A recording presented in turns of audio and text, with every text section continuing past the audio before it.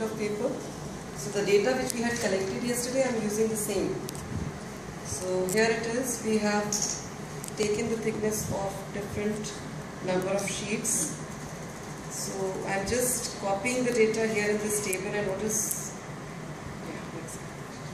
So this is the table, number of pages and 3 trials of finding the thickness. Now then we take the average. So how to take the average? That's equal to in the average function. And just double click this. Take this range. You can all see the cursor, I believe. Yeah. Take the range and enter. Switch this light on. Yeah, put the light on. After that, we just have to drag drop, and we should rather take 3-4 decimal places so that we can decide how many to take later. Now, for uncertainty, that's equal to bracket max function we take. So I'm double clicking the function. Maximum value out of this range, bracket close, minus the minimum value, again the function I'm double clicking, and the range again, and double bracket close. So that is max minus min divided by 2 and then enter. 1 minute, Anna. The other thing, most of these functions are also in here. So just as an alternative, this is actually the shortest and the easiest way to do it. You type the letter and everything. But in case you've forgotten, everything is pretty much here. All these cursors here. Yeah. So then we drag drop so that the formula is copied for all, and then we have to decide. And this decision.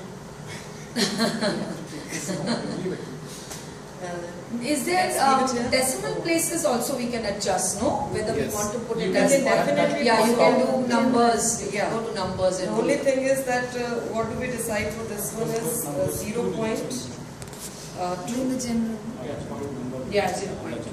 And rest is okay. Yeah, rest is okay. And here for 0 we should take instrumental uncertainty.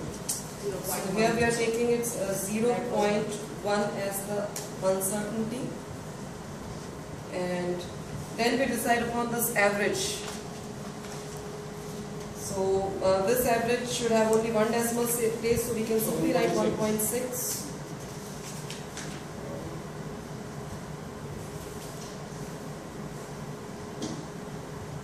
It's 1.6. And here it is 1.2 only. Here it should be 1.1. आप सबको drag करके एक साथ भी कर सकते हैं। एक साथ हो जाएंगे। Yeah. Our uncertainties are such that we should have all 1 decimal place, so that can be done. Yeah, you can. Yeah. So let us take it. Excel. I'm a huge fan of Excel. It's an excellent software. Everything can be done. Now after that, now we have our data of average thickness and number of pages. So I am taking number of pages into the first column, because first column is always for X, and average thickness into the second column, which is always for Y values. So now since it is coming reference, just take values only. And here also let's apply that 1 decimal place thing. That's right. And after that, uncertainty in the thickness, Ctrl C, just paste it and take values only.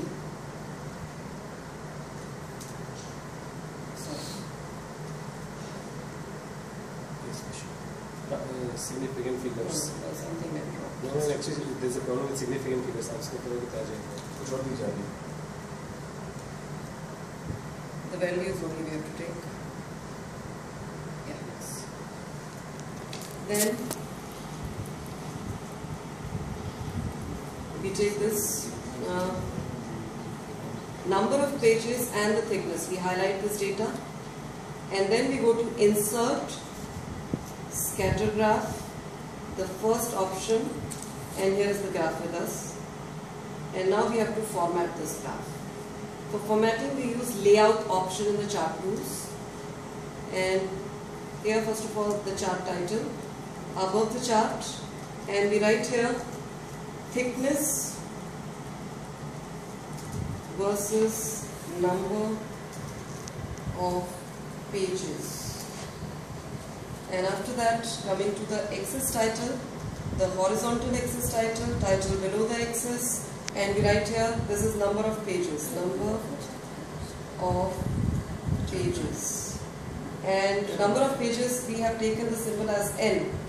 So either we write it as bracket or we simply write comma N, space N. And after that, again axis title, the vertical axis title, and we should take it as rotated. And right here, the thickness. Thickness, comma, the symbol T, slash a unit for thickness we have centimeter, and this is the format. Rotated makes it vertical. Rotated, you just mentioned rotated, right? So rotated. Yeah, rotated option. This is axis title, and vertical axis, the rotated title type. Oh, okay. The rotated title option. So just Okay. Now coming to the legends, we don't need. Data labels, we don't need. Axis. Axis for horizontal axis. I mean, this we use if we want to change our axis. Basically, when your graph is not covering 70% graph area, that time we go to this axis option. Suppose horizontal axis is the problem, then we go here, and here we decide whether we want to start it from minimum 0 or we want to start it from minimum 10 or 20. So that way we can stretch our graph and cover 70% of graph area, which is an important condition for presentation. So here our graph is actually covering that complete thing. This is covering 70% of graph area. This is covering 70% of y-axis. So there is no issue with axis, and the graph is covering 70% of graph area. So we are not going to axis option, we are simply going to the grid line option. And here primary horizontal grid lines, we should draw major minor to give it that graph effect. And again grid line vertical, primary vertical grid lines, we again take major minor. Now it shows that graph thing. We are getting that graph effect, major lines, minor lines. And it's easy to read this graph now.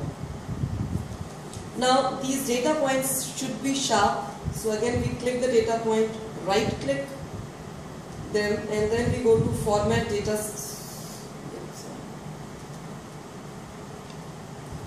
Data point, and then right click it, format data series, and then go to the marker option.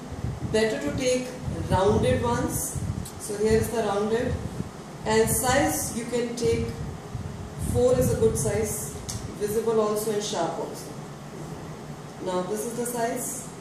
If you think it is big, so we can make it smaller. Again marker option built in, and size we can decrease to 3. Now color is again, we should opt for black because then we will be opting for color options for max and min. So solid fill, we take black, and that's it. After that again right click this and add trend line. And in this edition we should display the equation on chart. And here comes the equation on chart, and this is our line of best fit equation, which we have explained here, that y is equals to mx format if we compare with our main equation, which is thickness of book equals to number of pages multiplied thickness of pages. So the gradient is telling us the thickness of one sheet. So this 0.011 tells us the thickness of one sheet. The line you just insert, you just choose insert trend line. I just went to this data points, and then went to this add trend line option. Right. You can also go to this option through this layout. We have this trend line option. So here also we can do it. Now coming to the maximum minima. So first of all, since we have decided, first of all the error bars. So we go to the error bars, more error bar options, and we have vertical error bars. And vertical error bars, the uncertainties are the errors. that will be used for the error options. Custom. We don't go for fixed. Fixed takes one value for each data point. We don't want that. We want custom. And then we specify the value and then ask for the positive error in it. So click this option and go here and select it. Enter. And then negative error. So we have that same error as positive error and same error as the negative error. So again we select the same range of data and we say OK. And close, and here we have the error bars. And then we go for our maxima minima. So first of all, if this is the line. You want a pen? Okay. Was it that box? Is it Box is there. So the ideal points are first and last points. So if we take the lowermost option from the first point and then the upper limit to the last point, that will make a steeper slope, that becomes your maximum. The upper limit of the first data point to the lower limit of the last data point will make a flatter graph, will become our minima. So first data point for maxima we have to subtract. So, and first data point is a smaller page number. So it's equal to x value is 30 and your last data point is x value 130. But for thickness that's equal to thickness of 30 sheet and we have to minus its uncertainty. Yeah. That's one I. And then equal to the last data point Plus. plus its uncertainty. We have our maxima values.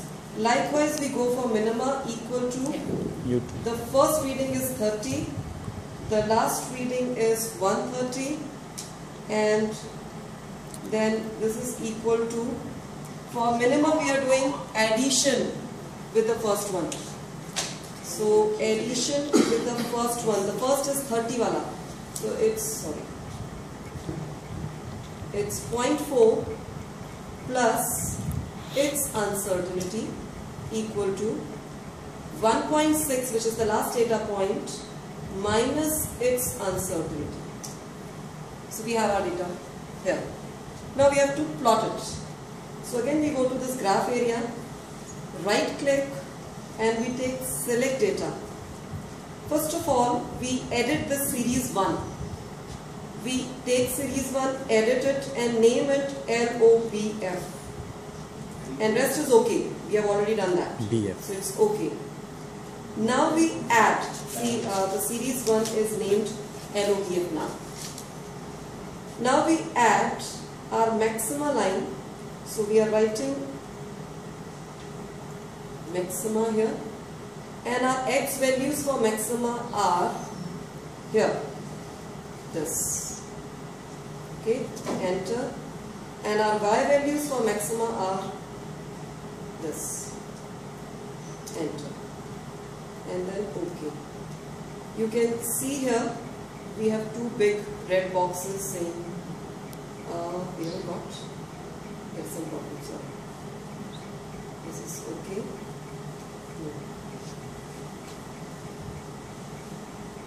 Again, sorry, select data, series 1, edit. What's LOBF stand for? Line base. Okay, so this is something programming. No, she's just, as known, she's this abbreviated and calling it that way. Line of best. Line of base. Well, you said that the point as LOBF and the line as linear LOBF, why have you named it like that? If you see the legend. It's a legend there. Okay. Now the first is you mark the blue point and you call that LOBF. Second one is series 2. That's So the mistake we are rectifying it. No, the third. The third one shows that the color of line, this color of line is LOBF. So the point. So we'll change the color of line also later on. X values are here. Then Y values are here. And it should be okay. Yeah, good. Then we add up minima also. and we are writing the name minima. The x values are here. The y values again from the table we are taking, and then OK. And we are done with it. So that's okay. Now we have to show our minima lines and maxima lines. Before that, these data points are again very big in size. So we can format data series and make them little smaller because they should not hide the error bars. Just for that reason we are making it smaller.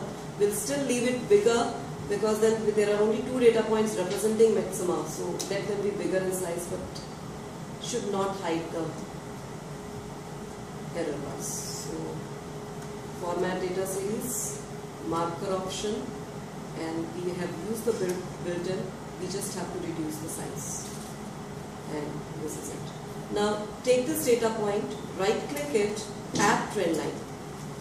And we have got our maxima trend line, and just display the equation on chart and then close it.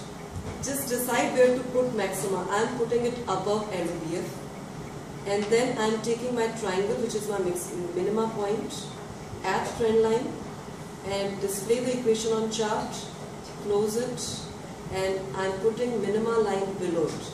And here itself, first of all, we should decide that our lines are proper.